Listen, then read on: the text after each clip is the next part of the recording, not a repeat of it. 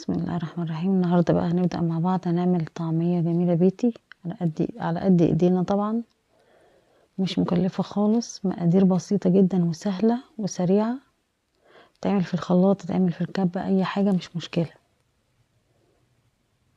وتوفر عليكي بدل ما تشتريها من بره، وفي نفس الوقت في البيت بتعمليها حاجة مضمونة وحلوة.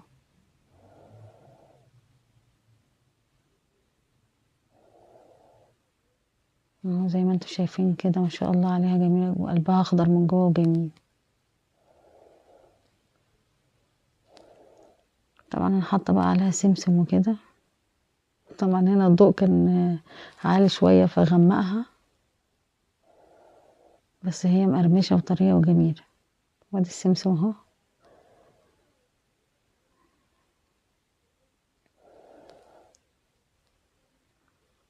طعمها جميل جدا،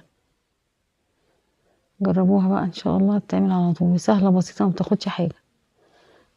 ادي العجينة اهي قدامكم، وهنبدأ بقى مع بعض.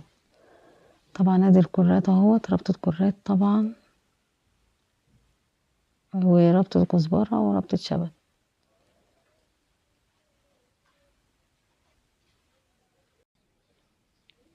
طبعا بقى بنقطعهم قطع صغيرة كده، وبعد كده بنجيب الفول اللي احنا نقعناه، وبنحطهم مع بعض كلهم. احنا صفيناه من المية كويس، وحطينا معاه الخضار اللي احنا قطعناه. طبعا هنجيب بقى البصل والثوم، ولو عاوزة تحط قرن فلفل برضو مفيش مشكلة.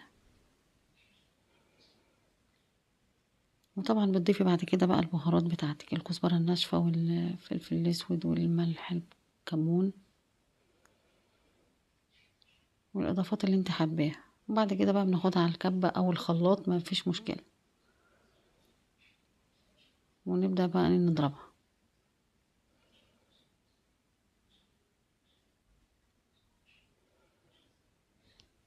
احنا بقى اهو حطينا وخلصنا كل المقادير اهي.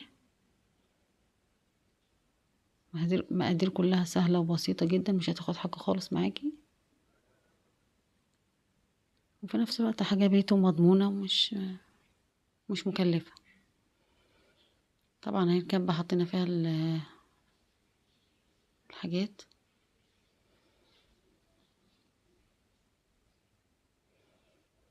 لو عايزة تعمليها في الخلاط مفيش مشكلة، بس بتزوديها شوية مية عشان تبقى طرية شوية يعني.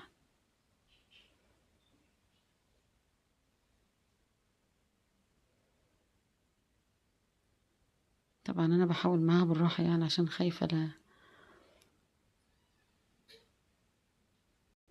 يلا هنكمل مع بعض بقى اهي، خلصت اهي.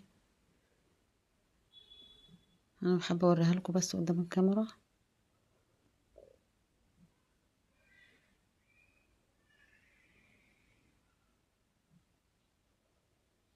احنا بنعمل شوية شوية طبعا عشان الكبة ما تبصش يعني، في نفس الوقت نضربها نعملها كويس. هناخد مرة تانية برضو على الكبة اهي.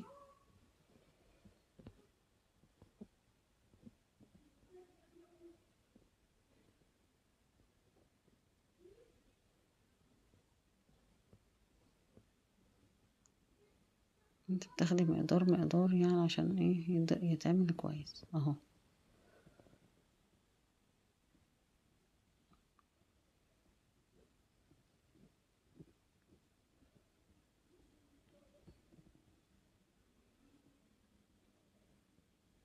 سهل وبسيط جدا، بس هو تقيل شوية على الكبة يعني.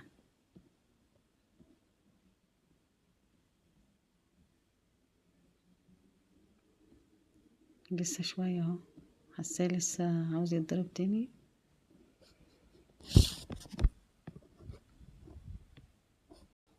يلا بقى بينا نعمل تاني مرة عشان ينعم شوية.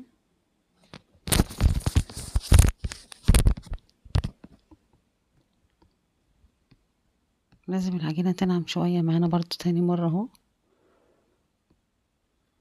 مش عارفة حصلت مشكلة في الكبة او حاجة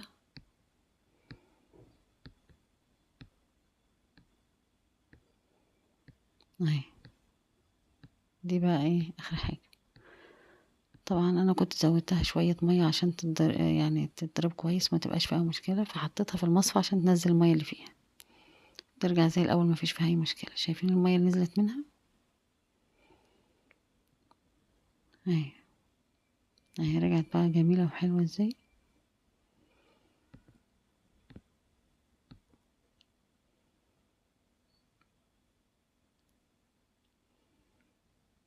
انت بتضطر تحطي شوية مية كده عشان تظبطيها طبعا وتمشي في الكبة او في الخلاط، فبتضطري بقى تحطي في المصفى عشان ينزل المية اللي فيها دي. بس بكل سهولة مفيش اي حاجة، سهلة جدا وبسيطة اهي جميلة.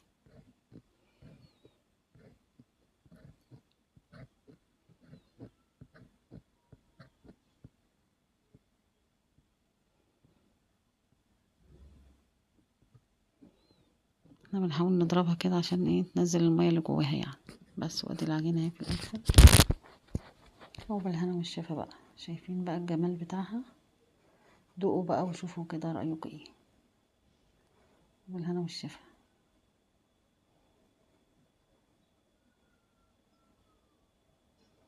طبعا ما تنسوش بقى السمسم اللي بتحطوه عليها في الاخر قبل ما تقلوها.